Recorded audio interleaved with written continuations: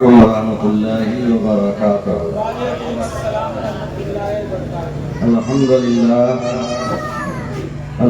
للہ رب العالمین والعاقبۃ للمتقین والصلاۃ والسلام علی رسولہ محمد وآلہ وصحبہ اجمعین، اما بعد، اعوذ باللہ من الشیطان الرجیم، بسم اللہ الرحمن الرحیم۔ لقد من اللہ علی المؤمنین اذ بعث فیہم رسولا، صدق اللہ العظیم وبلغنا رسولہ النبی الامین الکریم، ونحن علی ذلک لمن الشاہدین والشاکرین والحمد للہ رب العالمین۔ پورا مجمع دل لگا کر جھوم کر بلند آواز سے مصطفیٰ جان رحمت کی بارگاہ عظمت میں درود و سلام کا نذرانہ محبت پیش کرے۔ صلی اللہ علیہ نبی الامی وآلہ صلی اللہ علیہ وسلم، صلاۃ و سلام علیک سیدی یا رسول اللہ صلی اللہ تعالی علیہ وسلم۔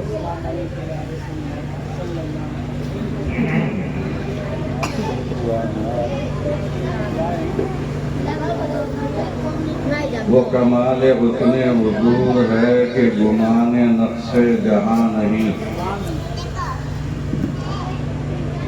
وہ کمال حسن حضور ہے کہ گمان نقش جہاں نہیں، یہی پھول خار سے دور ہے، یہی شمع ہے کہ دھواں نہیں، بخدا خدا کا یہی ہے در، نہیں اور کوئی مفر مفر، بخدا خدا کا یہی ہے در، نہیں اور کوئی مفر مفر، جو وہاں سے ہو یہی آ کے ہو، جو یہاں نہیں تو وہاں نہیں۔ ایک بار اور پڑھ لیجیے، صلی اللہ علیہ نبی صلی اللہ علیہ وسلم، صلاۃ و سلام علیک سیدی یا رسول اللہ۔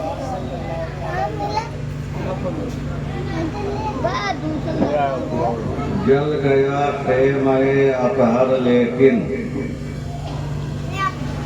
جل گیا خیمہ اطہر لیکن، دین پر آنچ نہیں آنے دی، مرحبا جرأت ابن حیدر، مرحبا جرأت ابن حیدر، سر دیا بات نہیں جانے دی۔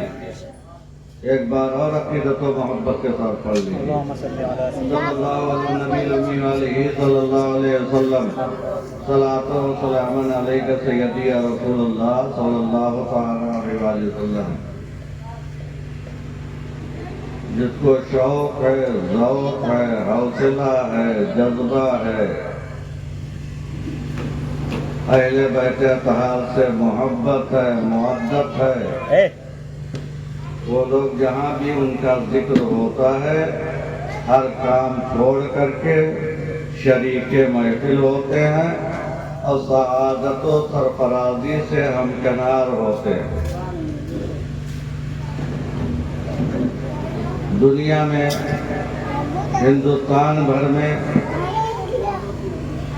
اس وقت بہت سارے مقامات پر ذکر شہدائے کربلا کی محافل منعقد ہے،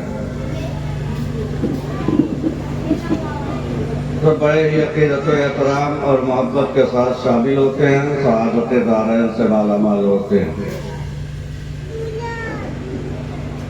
آپ لوگ بھی سعادت دارین سے مالا مال ہو رہے ہیں اور شریک ہوتے رہیں گے تو مالا مال ہوتے رہیں گے۔ آپ کی دنیا بھی اچھی ہوگی، آخرت بھی اچھی ہوگی، آپ یہاں بھی کامیاب رہیں گے، وہاں بھی کامیاب رہیں گے، نیکیوں کا سرمایہ اکٹھا ہوتا رہے گا۔ ابھی میں نے آپ کے سامنے آپ حضرات کے روبرو ایک آیت مقدسہ کی تلاوت کا شرف حاصل کیا۔ خالق کائنات جل جلالہ ارشاد فرماتا ہے، لقد من اللہ علی المؤمنین اذ بعث فیہم رسولا، تحقیق کی اللہ نے مومنوں پر احسان فرمایا کہ ان میں انہی میں سے ایک رسول مبعوث فرمایا۔ اللہ تبارک و تعالیٰ کا یہ احسان عظیم ہے، دنیا کی ساری نعمتیں عطا کی، زمین سے لے کر کے آسمان تک، شمال سے لے کر کے جنوب تک، مشرق سے لے کر کے مغرب تک جتنی بھی نعمتیں ہیں سب اللہ تبارک و تعالیٰ کی بڑی نعمتیں ہیں، لیکن ان نعمتوں کا سردار جو ذات ہے وہ ہمارے حضور کی ذات ہے۔ اسی لیے دنیا کی کوئی بھی نعمت عطا کرنے کے بعد رب تبارک و تعالیٰ نے احسان نہیں جتلایا، لیکن جب اپنے پیارے حبیب کو ہمارے اور آپ کے درمیان بھیجا تو احسان جتلایا، اور احسان جتلانے کی بات ہی ہے۔ دنیا جانتی ہے جو لوگ ایک دوسرے سے محبت کرتے ہیں، پیار کرتے ہیں، یا عشق و محبت، عشق و معشوقی کا معاملہ چلتا ہے، محب اپنے محبوب کے بارے میں کبھی یہ سوچتا بھی نہیں ہے کہ میرا محبوب کسی اور سے بھی رابطہ اور مناسب رکھے، میرے علاوہ کسی اور سے بھی گفت و شنید کرے، میرے علاوہ اور بھی کسی کے ساتھ کہیں آئے جائے۔ یہ دنیا کا معاملہ ہے کہ جو جس سے پیار کرتا ہے، محبت کرتا ہے، وہ یہی سوچتا ہے کہ جو میرا پیارا ہے وہ صرف اور صرف میرا ہی بن کے رہے۔ لیکن اللہ کا فضل و کرم دیکھو، دنیا کی تمام نعمتیں بھی اس نے ہمیں اور آپ کو عطا کی، اور جب ضرورت پڑ گئی تو اپنا پیارا محبوب بھی عطا کر دیا۔ سبحان اللہ، سبحان اللہ، بے شک۔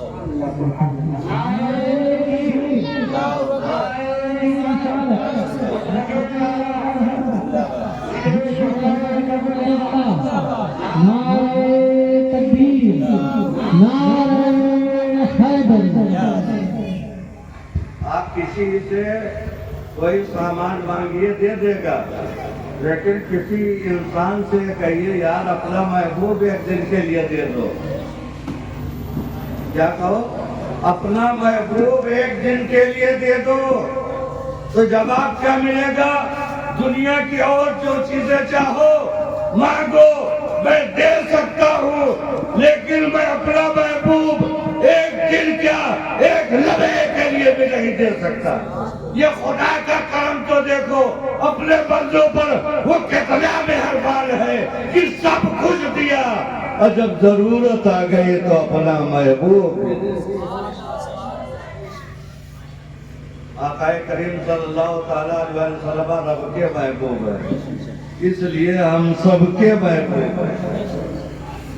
پروردگار عالم نے اسی لیے احسان جتلایا۔ احسان کی بات ہی ہے، یہ اتنی اہم چیز، یہ اتنی اہم شے رب تبارک و تعالیٰ نے، اتنی اہم ذات ہم گنہگاروں کو عطا فرمائی، تو احسان جتلائے گا نہیں، اور جب تک وہ احسان نہیں جتلائے گا ہمیں اور آپ کو اس نعمت کی اہمیت کا بھی اندازہ نہیں ہو سکتا، اس نعمت کی اہمیت کا بھی اندازہ ہمیں اور آپ کو نہیں ہو پائے گا۔ اسی لیے اللہ تبارک و تعالیٰ نے احسان جتلایا۔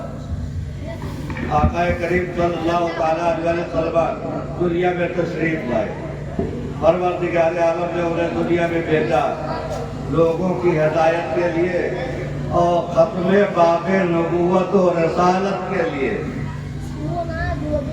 سارے انبیاء و رسول دنیا میں تشریف لاتے رہے، ہدایت و رہنمائی کا کام کرتے رہے، لیکن وہ کام مکمل نہیں ہوا۔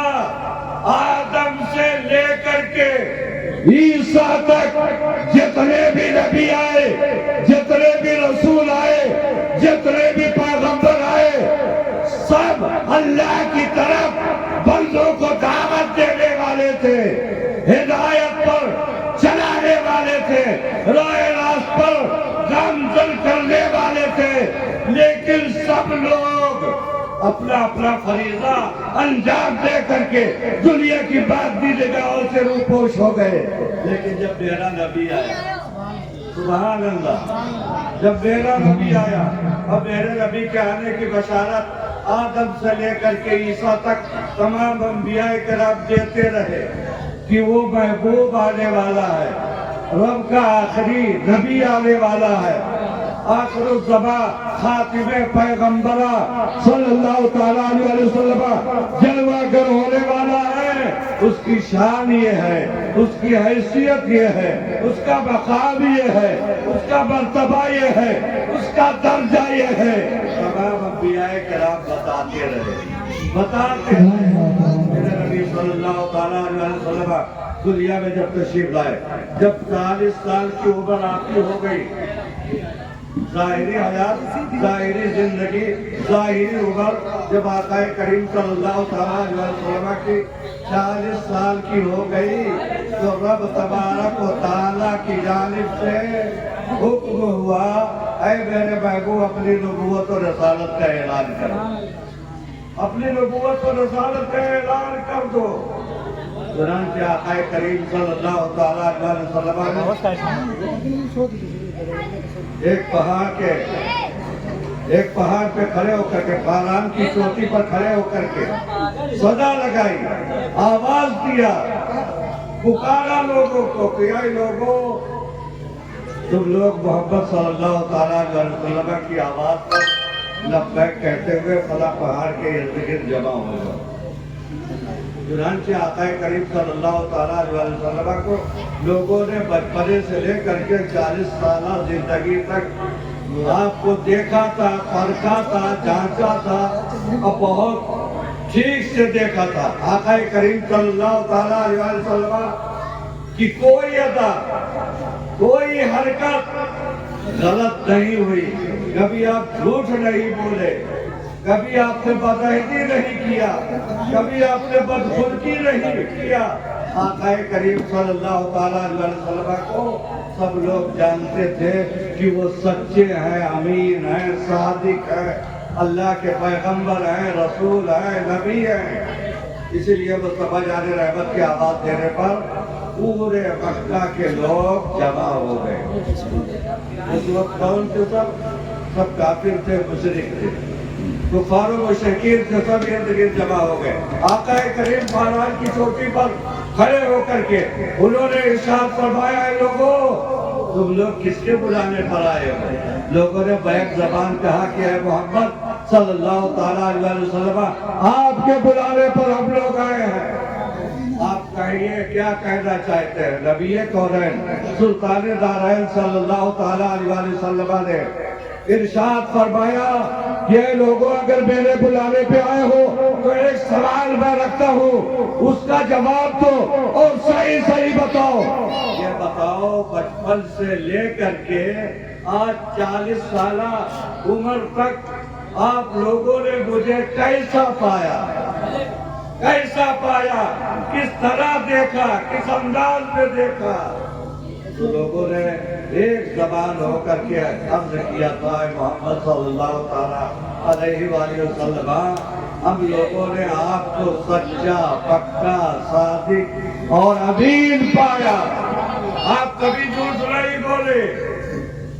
تو آقا کریم صلی اللہ تعالیٰ علیہ وسلم نے ارشاد فرمایا، جب آپ لوگوں نے اتنا سب کچھ مان لیا کہ میں نے کبھی جھوٹ نہیں بولا، غلط کام نہیں کیا اور ہمارا کردار اچھا ہے، جب سب مان رہے ہو، سب جان رہے ہو، دیکھ کر کے جان رہے ہو، سن کر کے نہیں بلکہ آپ لوگوں نے اپنی اپنی نگاہوں سے دیکھا ہے.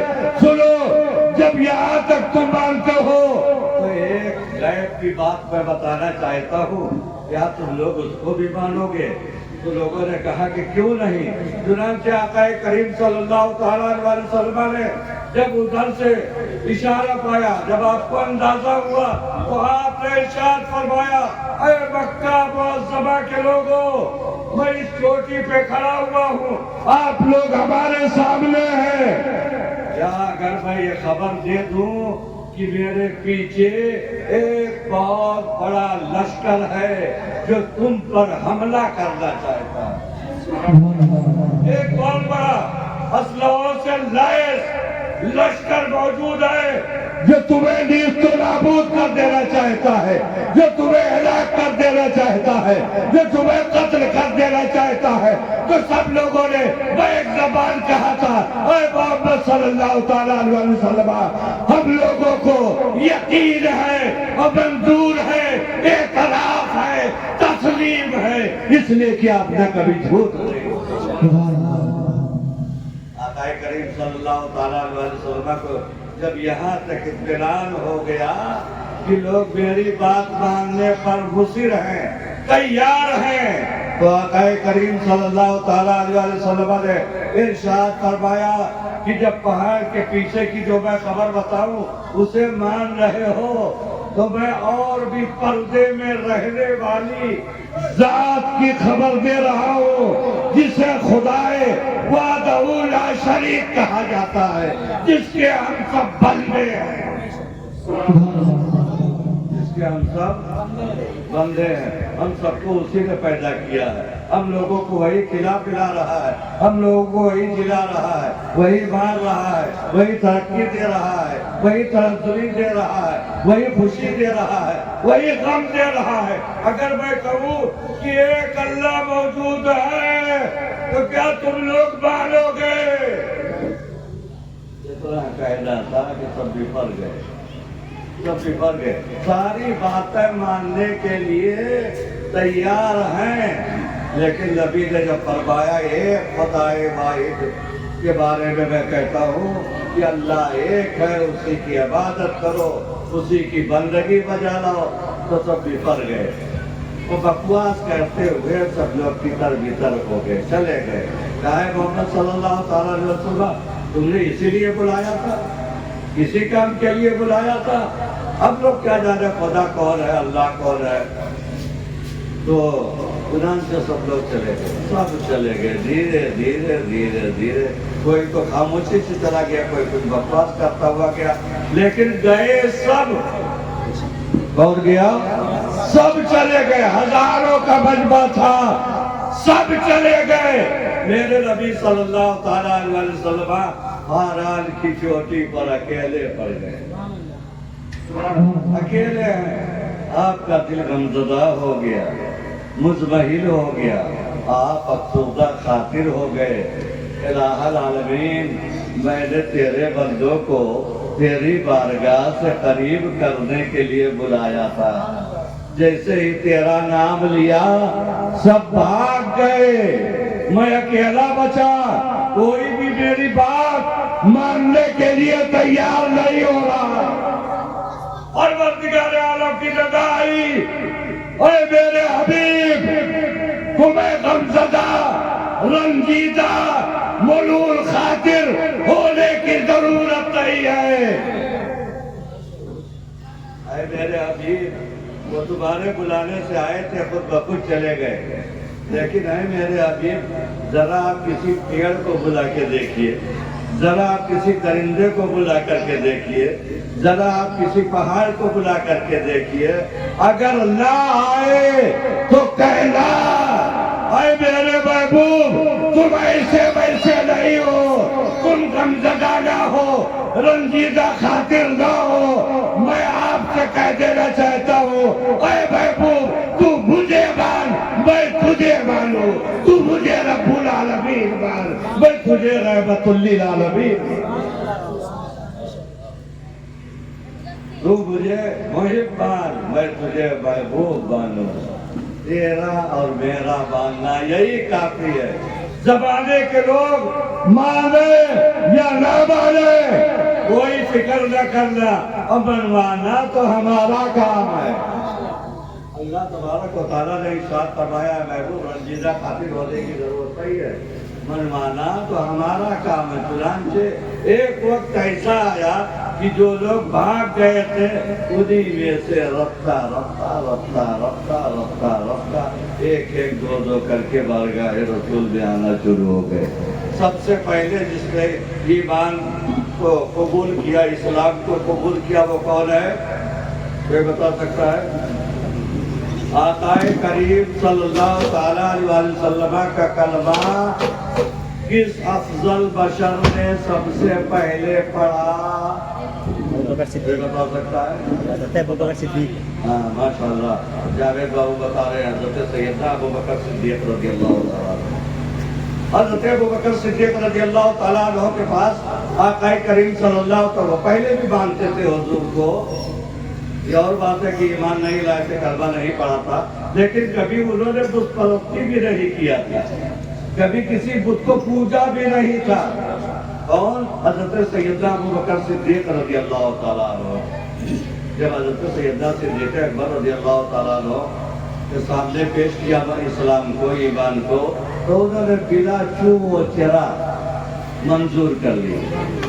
حضرت سیدنا صدیق اکبر رضی اللہ تعالیٰ عنہ بلا چو و چرا میرے نبی کا کلمہ پڑھ لیا انہوں نے اور دائرہ اسلام میں داخل ہو گئے.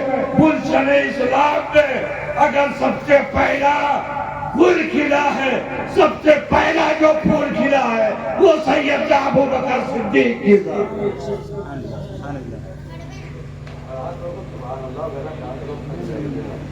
سبحان اللہ میرا بولا کرو، آپ لوگ بھی بولا کرو سبحان اللہ.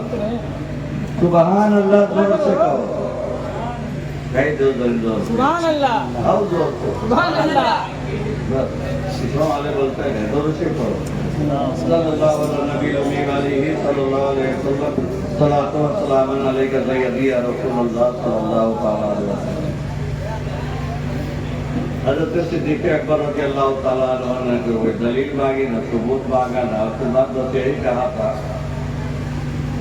کہ اطمینان قلبی حاصل کرنے کے لیے حضور کچھ بتا دیں.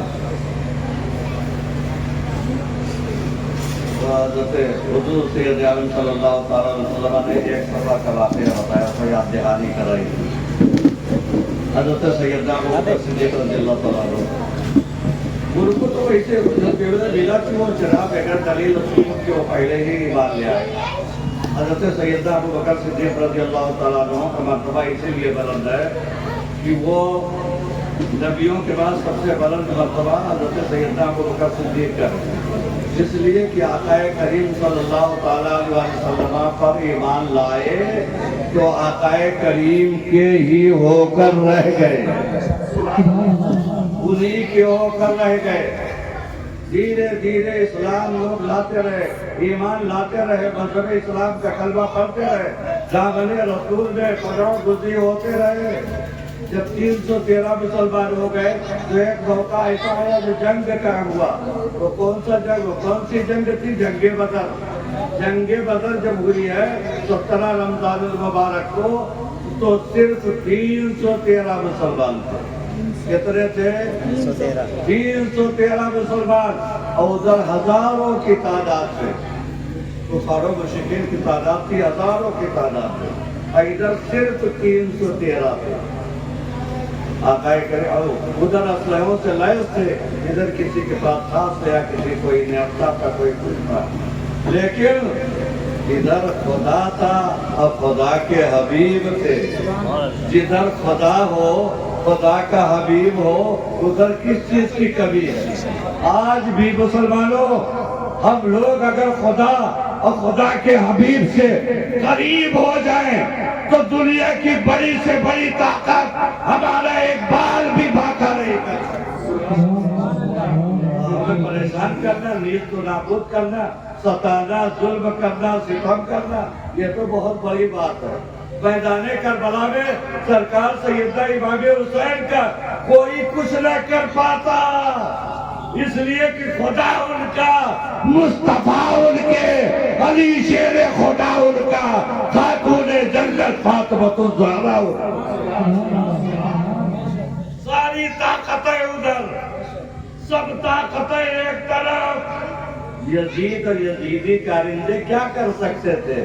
لیکن نہیں، اللہ کو منظور یہی تھا، اللہ کو منظور تھا، اللہ کی مصلحت تھی، اللہ کی مشیت تھی، اللہ کی چاہت تھی، اور دنیا والوں کو وہ دکھا دینا چاہتا تھا کہ جسے میں نے اپنا محبوب بنایا ہے، جو میرا محبوب ہے، جس کے صدقے میں ساری کائنات کو پیدا کیا، جس کے صدقے میں تمام انبیاء و رسول کو بنایا، انسان و جنات اور فرشتوں کو بنایا، حیوانات و جمادات کو پیدا کیا، جس کے صدقے میں وہ میرا محبوب ہے، اور میرے محبوب کا نواسا ایک ایسا کام کر جائے گا دنیا میں کہ صرف اسی وقت نہیں، قیامت تک لوگ یاد کرتے رہیں گے۔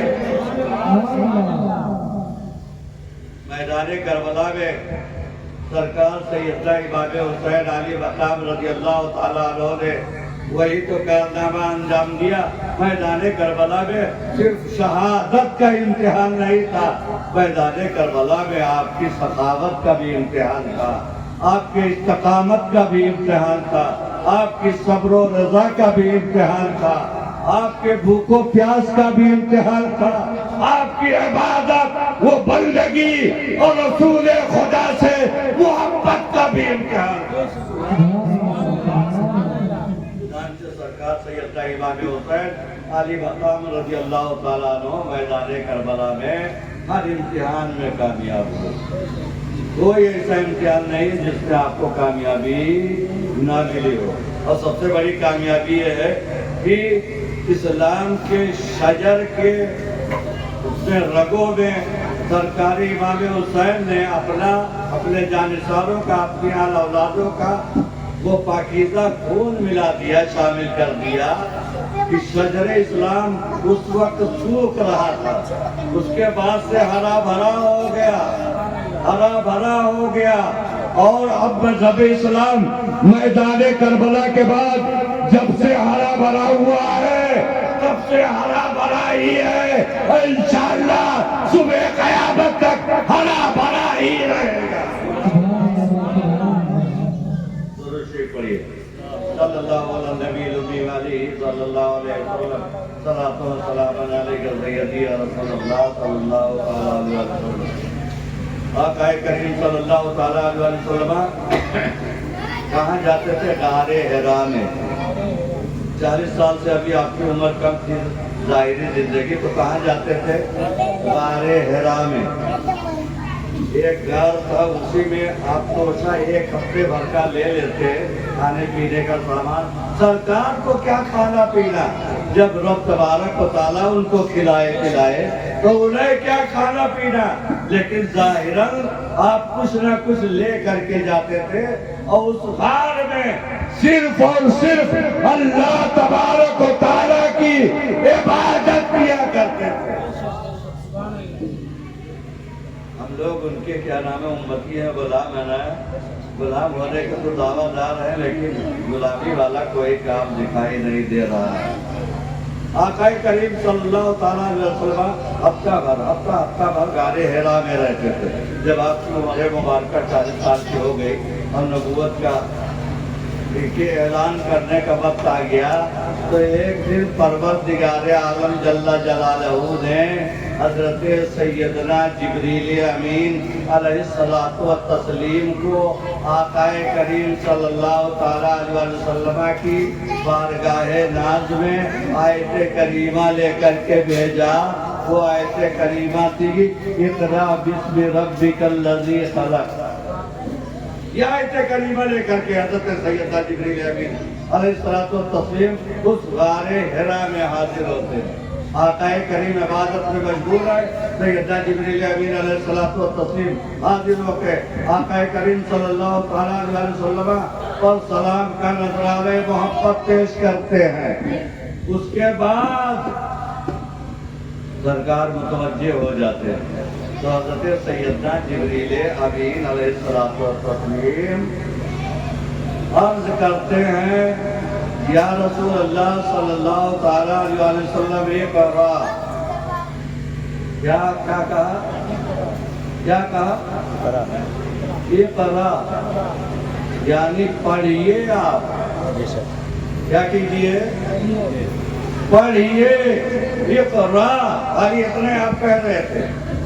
حضرت سیدنا جبریل امین علیہ السلام نے جب اقرأ کہا تو آقا کریم صلی اللہ تعالیٰ علیہ وسلم نے جواب میں کہا ما انا بقاری، میں پڑھنے والا نہیں. یہ نہیں کہا کہ میں نہیں پڑھ سکتا. یہ وہ کہیں گے جن کے پائجامے یہاں تک ہوتے ہیں، کرتے یہاں تک ہوتے ہیں. پائجامہ تو ہے وہ بچوں کا جیسے پائجامہ ہو اور کرتا جیسے وہ شامیانہ ہو. اتنا بڑا بڑا کرتا پہنتے ہیں اور پائجامہ اتنا بڑا. تو آقا کریم صلی اللہ تعالیٰ علیہ وسلم نے ارشاد فرمایا ما انا بقاری، میں پڑھنے والا نہیں، میں پڑھنے والا نہیں. تو حضرت جبریل نے پھر کہا اقرا. پھر حضور نے فرمایا ما انا بقاری. پھر انہوں نے عرض کیا رسول اللہ اقرا. بار بار کہہ رہے تھے. صوفی رضوان صاحب پھر وہاں بیٹھ کے بتائیے حاجی صاحب ان کو یہاں بیٹھنا چاہیے. بار بار حضرت جبریل کہہ رہے تھے. اب اس کو میں مثال کے ذریعے سمجھا دوں تو ٹھیک پڑے گا، تب جلدی آپ کے سمجھ میں بات آ جائے گی. جیسے چھوٹا سا بچہ ہو، چھوٹا سا بچہ ہو گھر میں تو وہ دوسری زبان میں بولتا ہے، اپنے ماں باپ سے بولتا ہے، کبھی کبھی اللہ کا نام لیتا ہے، حضور کا نام لیتا ہے یا کلمہ یاد کر لیتا ہے. چھوٹا سا بچہ ہے، گھر میں پڑھے گا. لیکن اگر کوئی باہر سے آ گیا، کوئی باہر سے آ گیا اور اس کے سامنے ماں باپ نے سوچا کہ اپنے بچے کی خوبی بیان کر دے، تو ماں باپ بیان بھی کرتا ہے میرا یہ لگتے جگر اللہ کا نام بھی لیتا ہے اتنا بڑا ہو کر کے، کلمہ بھی پڑھتا ہے. پڑھ دے بیٹا اللہ، پڑھ دے بیٹا. لیکن وہ یہ دیر کو دیر کرتا ہے، نہیں پڑھتا. کلمہ پڑھ دو بابو. ارے سنائی دو. کہا جاتا کہ نہیں کہا جاتا اللہ کا نام اللہ اللہ تعالیٰ، لیکن وہ نہیں پڑھتا. اچھا اب اس سے ثابت ہو گیا، اس سے ثابت ہوا آنے والے کو کہ یہ پڑھنا جانتا ہے. توجہ آپ لوگ ادھر نہیں ادھر کو کر لیجیے تھوڑی دیر. بہت اہم نقطے کی بات بتانے جا رہا ہوں. یہ ثابت ہو جاتا ہے کہ گویا کہ یہ بچہ اللہ کا نام لینا بھی جانتا ہے اور کلمہ بھی پڑھنا جانتا ہے، لیکن کسی شرمندگی یا اور کسی وجہ سے نہیں پڑھ رہا ہے. ورنہ پڑھنا جانتا ہے. اگر نہ جانتا تو ماں باپ اتنا اللہ کرتے. اگر نہ پڑھنا جانتا، اللہ کا نام لینا نہ جانتا تو ماں باپ اس کے بار بار نہ کہتے کہ بیٹا پڑھو بیٹا پڑھو بیٹا پڑھو. گویا کہ وہ پڑھنا جانتا ہے لیکن کسی وجہ سے نہیں پڑھ رہا ہے. توجہ، پڑھنا تو جانتا ہے لیکن کسی وجہ سے نہیں پڑھتا ہے. اسی طرح حضرت جبریل علیہ السلام آپ جب عرض کرتے ہیں یا رسول اللہ اقرا، تو آپ فرماتے ماں انا بقاری، میں پڑھنے والا نہیں. پھر آپ نے آپ کو ایسے دبوچا اپنے اندر، اپنے بازو میں حضور کو خوب دبوچا، اتنی طاقت سے دبوچا کہ حضور پسینہ پسینہ ہو گئے. دبوچا، خوب دبوچا حضرت سیدنا جبریل نے آقا کریم صلی اللہ تعالیٰ علیہ وسلم کو. وہ بار بار کہہ رہے تھے اقرا اقرا اقرا. میرے نبی ارشاد فرماتے مانا بقاری مانا بقاری مانا بقاری. لیکن جبریل یہ جان رہے تھے، ابھی تو بار بار کہہ رہے تھے.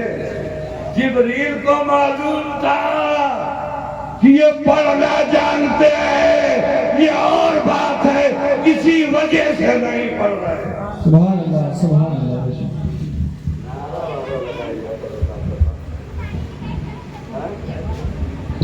نعرے تکبیر، نعرے تکبیر، نعرے رسالت، نعرے رسالت. مسلک اعلیٰ حضرت، ذکر شہدائے کرب و بلا، ذکر شہدائے کرب و بلا، علامہ مولانا محمد طاہر قادری. نعرے تکبیر، نعرے رسالت. صلی اللہ علیہ وسلم. السلام علیکم سیدی رسول اللہ صلی اللہ علیہ وسلم. ہم نے کہا کہ آپ لوگوں کو کچھ نئی باتیں بتاؤں، لیکن